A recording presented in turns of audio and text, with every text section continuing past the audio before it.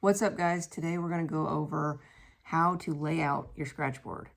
From a learning standpoint, learning how to grid out or lay out or outline or trace your starting landmarks is really, really helpful to know that you're going into it with the right shapes and the right map of what you're doing. And from a non-beginner standpoint, it saves a lot of time, which in my case helps me save my clients a little bit of money. So I'm going to walk you through one of the two ways that I like to lay out my outlines to get ready to do a piece. So the method that we're covering today is carbon transfer. This paper is coated on one side with a white carbon that essentially just transfers to the surface that you're using when you trace over on the other side. So for this method, you need your paper, you need your scratch board or paper or whatever surface you're drawing on, and you need your picture that you're going to be drawing. Very important to have this composed how you want it, have it printed out to size, whatever size drawing you're doing, that is the size that you're going to be tracing, obviously. So I've cut transfer paper for this already. I have it attached so that it's ready to just set up on the board how I want it, and we can go from there. So now I'm going to just walk you guys through how I do it, and you can follow along. All right, so for this process, we've got our board, we've got our picture, the paper is already attached. You can really use anything that applies specific pressure to make your outlines. I like to use just a regular ballpoint pen. These are my favorite pens. I use them for everything, and they work really, really well for this. So the first thing that we're going to do is set our piece down on the board however we want it compositionally. Going to get it where I want it to be. And I'm just going to tack it down with some tape. I like painter's tape for this because it's easy to remove without making a lot of marks on your board, and it does a good job. So what I'm doing when I'm tracing outlines is pretty much looking for big value chunks. So I want to know the map that I'm going to be working by. So I always definitely do the outline first, or not necessarily first, but I always make sure to get the overall outline of the subject or the object or whatever I'm drawing.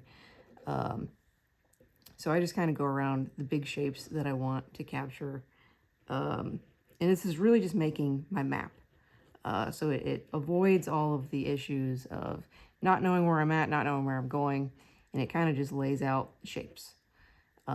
This is a giant time saver. You can accomplish the same thing by gridding, but gridding takes forever, and especially with something like Scratchboard where you can't really erase and everything smudges.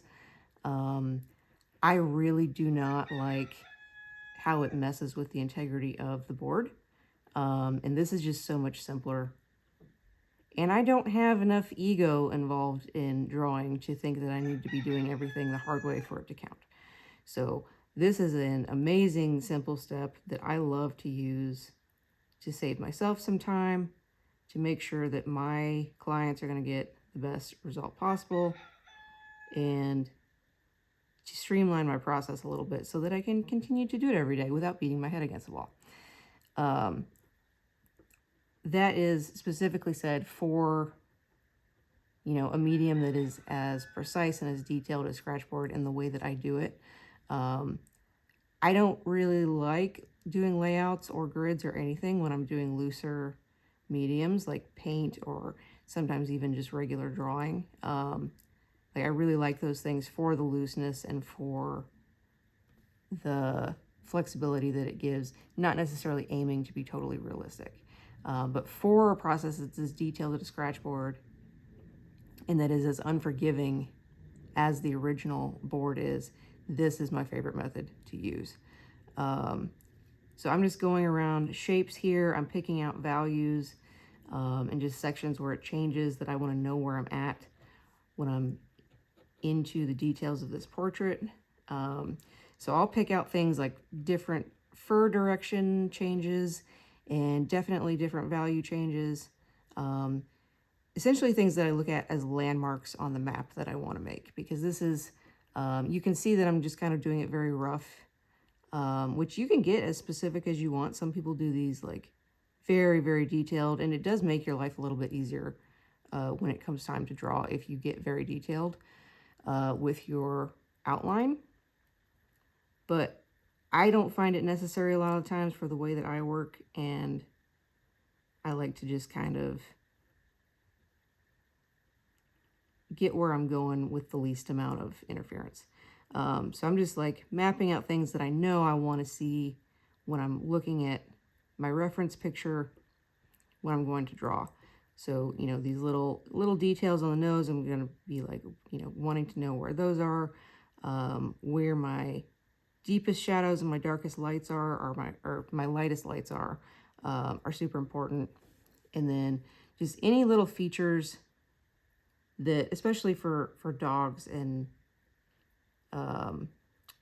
you know, any animal, that they all kind of look similar, but it's the little nuances that make the individuals recognizable from each other. I really like to make sure to landmark those things so that I get them exactly where they need to be in the portrait for the likeness of the dog.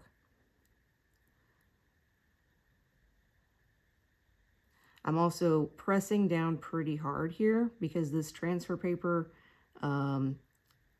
it will rub off extremely light if I don't put enough pressure, but I don't want to put so much pressure that it will indent the board. So it took me a minute to figure out the sweet spot for understanding how to use this stuff in the best way for this medium, but it's worth taking the time to practice. It's worth figuring out, you know, what works, what's a little bit too much, all that stuff. So I've kind of got most of my values laid out here. I've pretty much got everything that I want to cover, I think. One way to check is just to pop one or two of these pieces of tape and quickly lift up to see if my lines are coming down. My lines are coming down. You can see them. They're very, very light. But that's what I want, because I don't want so much interference with the outlines that it distracts from what I'm actually doing with the board. And then there's less to try to erase at the end if I don't smudge them all off while I'm drawing. So this is a super basic way to kind of get your map down. You can see, you know, I've got a nice map outline of what I'm doing that I can now fill in with whatever techniques and approaches and amount of detail that I want in that individual piece. I usually will keep this around on hand so that if I get confused of like, what is this line? What was I looking at when I drew it? Which happens pretty often when I'm just looking at a reference picture without what I've done. So it's useful to have this on hand to see just exactly what my lines on my map mean in reference to the original picture. For that reason, this is the method that I use when I teach courses, when I teach, you know, my workshops, and whether it's inline or in person or online, I always give my students the layout piece to go with the pre-sketched board so that they can see exactly what we're looking at, and the lines make more sense. This is method 1 of 2 for how I do my transfers and my layouts. And in the next video, I will show you the second method, which is a really cool app called DaVinci.